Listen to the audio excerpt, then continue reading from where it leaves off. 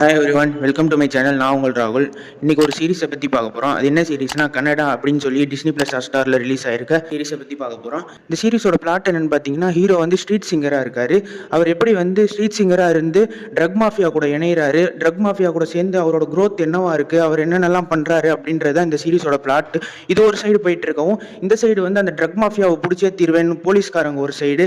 அந்த போலீஸ்காரர் வந்து கடைசியில் ட்ரக் மாஃபியாவை வந்து பிடிச்சாரா, அதில் எவ்வளோ பெரிய தலைக்கட்டெல்லாம் இருக்கிறாங்க அப்படின்றதெல்லாம் கண்டுபிடிக்கிறதா இந்த சீரீஸு. மொத்தம் 8 எபிசோடு இருக்குது. அந்த 8 எபிசோடுமே 30 நிமிஷம் ரன் டைமில் வருது. நீங்கள் வந்து இது குவிக் வாட்சபிள்னு சொல்லலாம். ஆனால் வந்து ரொம்ப ஸ்லோவாக போகிற மாதிரி ஒரு ஃபீல் ஆகுது. இது வந்து உண்மையான சம்பவத்தை மையப்படுத்தி வந்ததுனால ரொம்ப ஸ்லோவாக போகுது. ஏன்னா இதில் மசாலா எலிமெண்ட்ஸ் எதுவுமே ஆட் பண்ணலை. அதனால வந்து மந்தமாக போகிற மாதிரி தான் எனக்கு ஒரு ஃபீல் ஆச்சு. தமிழ் டப்பிங்கும் ஓரளவுக்கு சுமாராக தான் இருந்துச்சு. ஆகா ஓஹோன்னு சொல்கிற அளவுக்கு இல்லை. மற்றபடி சினிமோட்டோகிராஃபியாக இருக்கட்டும், அந்த துப்பாக்கி இதெல்லாம் சுடும்போது காமிக்கிற எஃபெக்ட்ஸாக இருக்கட்டும், அதெல்லாம் வந்து அருமையாக இருக்குது. நல்லா தான் பண்ணியிருக்காங்க. ஆனால் வந்து சீரிஸ் மட்டும் ஸ்லோவாக போகுது. வீக்கெண்டில் போர் அடிச்சிச்சு அப்படின்னு நினச்சிங்கன்னா இந்த சீரிஸை ஒரு தடவை ட்ரை பண்ணி பாருங்கள். நெக்ஸ்ட் ரிவ்யூவில் பார்ப்போம். Stay peace, stay safe. மறக்காம சர்ப்ரைஸ் பண்ணுங்க. தேங்க்யூ.